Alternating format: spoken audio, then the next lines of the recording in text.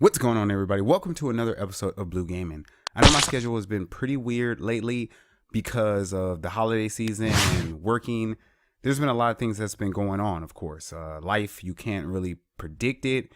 You just got to roll with it. So my schedule is definitely not as flexible as it was, but I do have a lot in store for 2019. So if you're not part of the Blueberry Squad already, join the squad because you must be part of the squad. I promise you, we have a lot in store for you in 2019. But today I want to talk about Sony. You know, I really love Sony products and I love a lot of things about Sony, but I really want to tell you why I hate Sony. So let's get into the video. Let's take a trip down memory lane. PlayStation 1 was like my first console. I got it when I was like really young. I think it was like the first big Christmas gift that I could constantly, that I remember.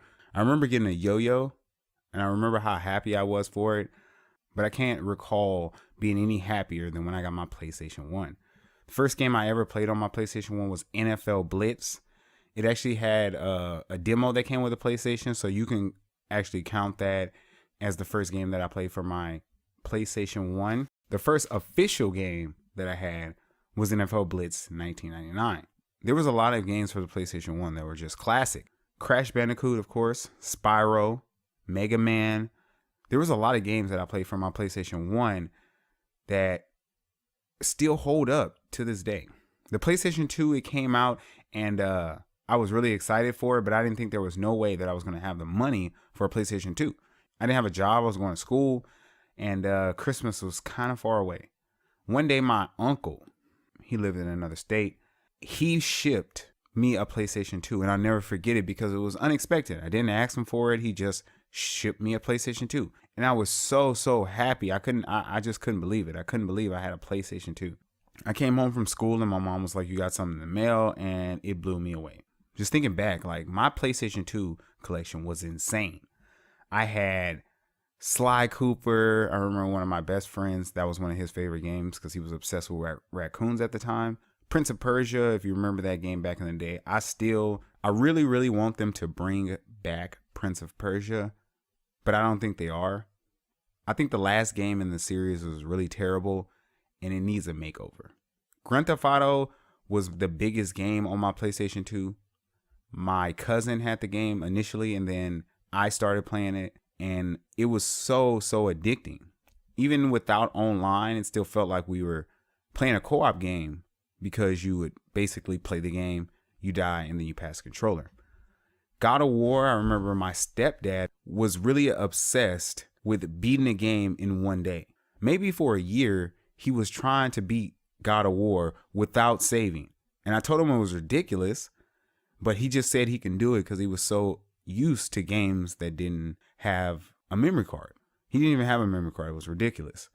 I played it one day. I asked him, can I borrow your game? I took it in my room and I played it for like 2 days straight and it was so addicting.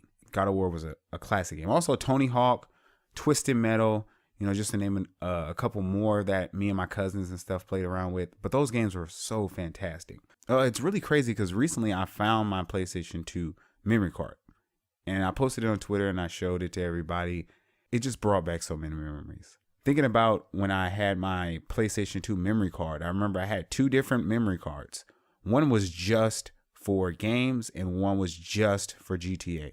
At first, it started off as my normal memory card, but I realized that I wanted one memory card just for GTA, just in case anything happens. There was this thing that went on memory cards. If you put too many cheat codes in on the memory card or on Grand Theft Auto, that you wouldn't be able to use the game anymore. Like it would freeze up and it would have a lot of bugs. That happened to me after a while. And you would have to change memory cards, if anybody remembers this. I don't know what was going on back in the day. There was no computer, no internet. I didn't really have anybody to talk to about that. But that was something that was a big problem. If you put too many cheat codes in on Grand Theft Auto, your whole file will be corrupted. Now let's move on to the PlayStation 3. The crazy thing about the PlayStation 3 was I didn't buy a PlayStation 3 until maybe a year before the PlayStation 4 came out. I totally skipped the PlayStation 3. I went to the Xbox. I remember there was a time right before the PlayStation 3 came out that I was really scared because I was playing games and there was no new games coming out. And I was like, what is going to happen in video games? Because I didn't understand how they can upgrade or what they're going to do. Now I see the future. Of course, now I see what they were working on. But at that time, I didn't think they could do anything. I thought they were pretty much stuck. So when they came out with the PlayStation 3, of course I was going to jump on it. I really wanted a PlayStation 3. But it was $600. My mother was definitely not going to pay $600 for a game console. And it's funny to look back because the PlayStation 4 wasn't even as much as the PlayStation 3. So I just held off. I was really one of the last minute people on the PlayStation 3. Even though I love PlayStation 3, I love that the online was free.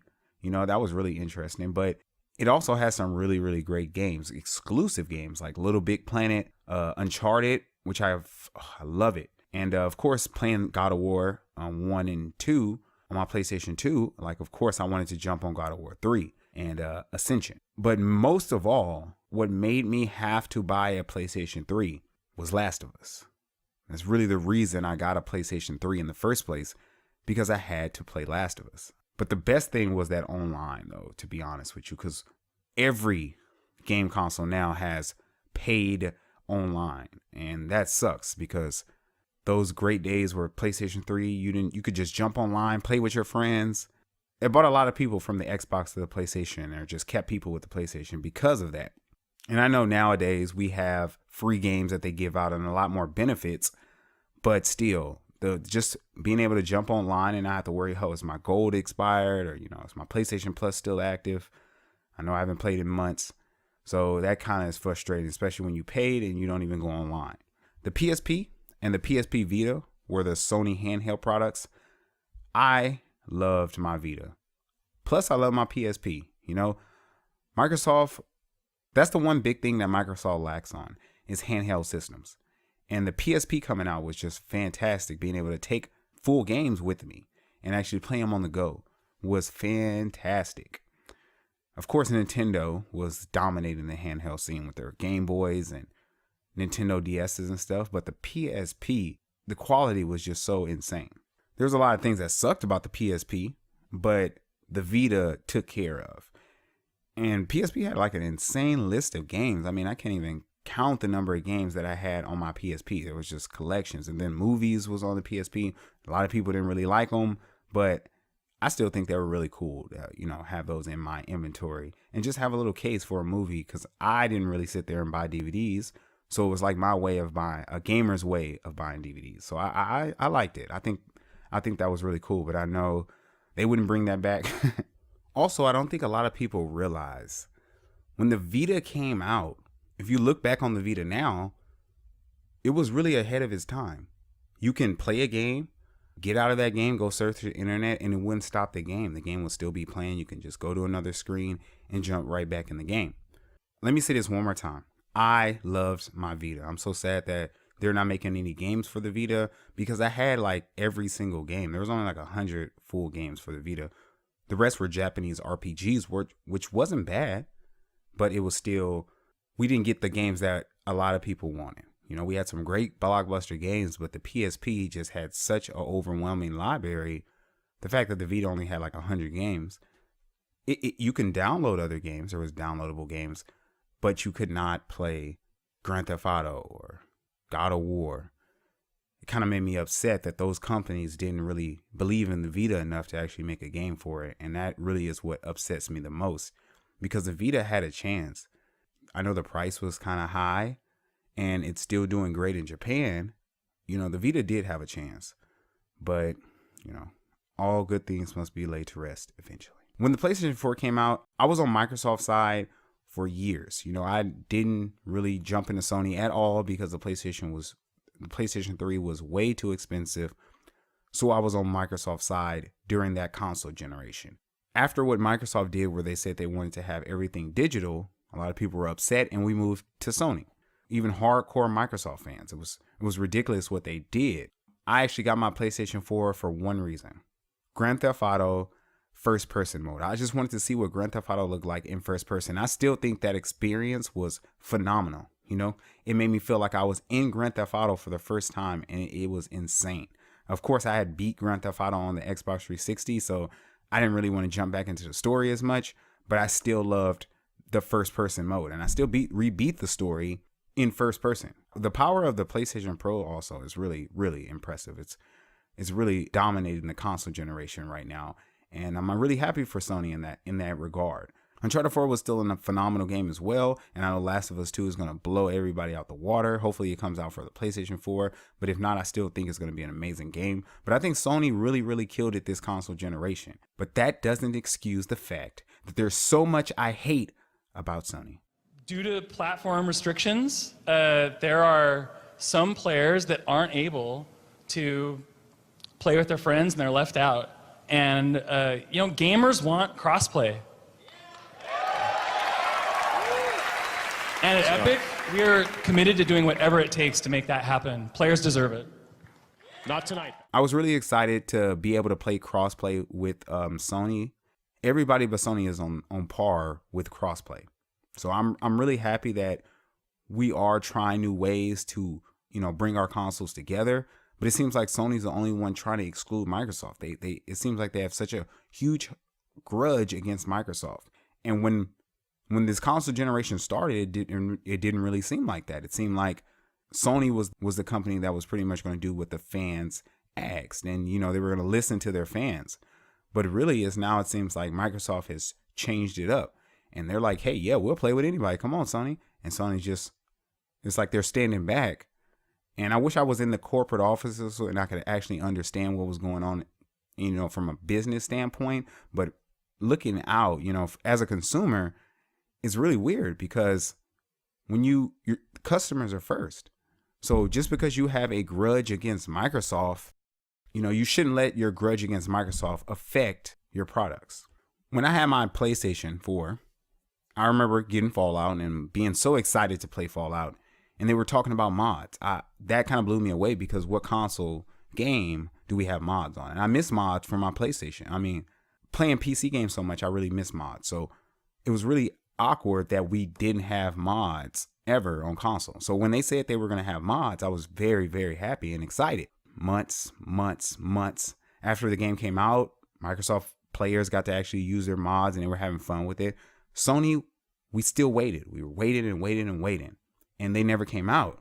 So a lot of people were really upset because when we found out that Sony was the cause of this, they didn't want certain files to be, I don't know what they said, but let me tell you what they meant. Sony was just so against modding from the beginning, of course. They don't like you to do anything. It's like when you look back and look at Sony, it seems like they have a grudge against everything. Whatever they want goes. So that was like from this beginning of the console generation, coming back to Sony products, it seems like they really didn't care about nothing. They were just taking shots at Microsoft right then. It wasn't about the consumer. They were just trying to take shots at Microsoft because that's their biggest competition. Now looking back, I'm like, wow, I really thought they was gonna, okay, fans want this. Let's try to make this happen for them. But really, it was just like, oh, this is our chance to get over on Microsoft. So let's take this chance. I haven't seen any more progress since then. Okay, I really wanted mods and I was waiting for so long, and it really upset me that Sony is the one that's stopping mods. It's really Sony's fault. That's all we can say is Sony's fault. One of the biggest things is that they won't let us change our names. That's the first reason I switched back to Microsoft products, because Sony will not let us change our names. Why is that such a big deal? Just let us change our names. I mean, we've had the same name for 6 years now. Nobody wants to have the same name for 6 years because people change. People change and we might not want the same exact name that we picked. Okay, it might be something absolutely ridiculous. And we've put so much work into these profiles, we want to build them up. So after years of playing, getting trophies and meeting friends, we have to start from scratch. Microsoft lets us change our names. And it's smart because they make us pay for it. And I would have been against that if I look over at Sony and they don't let us do it at all. So of course, I'm going to want to pick Microsoft because they let us do it. I don't care how much they make us pay. Sony is a console. Sony is a company. It seems like they are very into themselves. It seems like they will work with Nintendo, but don't want to work with Microsoft. The one thing about Nintendo is they're so innovative. They always try new stuff. And it seemed like when Sony came out with their Move controllers, it was just they tried to steal what Nintendo had and jump on that whole phase. The only thing I think really Sony has for it is this consumer base, its fan base. It's not much innovation. It's more of their strong fan base, and they need to realize that.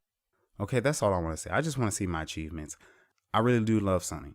You know, they were my first really game experience. You know, that's the first time I got into video games. After that, I got the Super Nintendo and the Nintendo 64, but that was my first gaming experience. They made my PSP. They made my Vita. You know, they gave me a ton of amazing memories, a ton of amazing exclusives. And that was still an epic win at E3. So I think Sony has it in them, but I think they just need to listen to their consumer more. I know this is a business, and I know there's a lot of things that you have to do, but remember what your consumer wants, because they come first. I really want to thank everybody for joining me today. We got a lot more coming for you in 2019 and wrapping up this year. So just stick with the squad, you know, let everybody know about them. If you're not part of the Blueberry Squad already, join, come back in the next video. We got so much coming. I really, really, really can't wait. My name is Blueberry.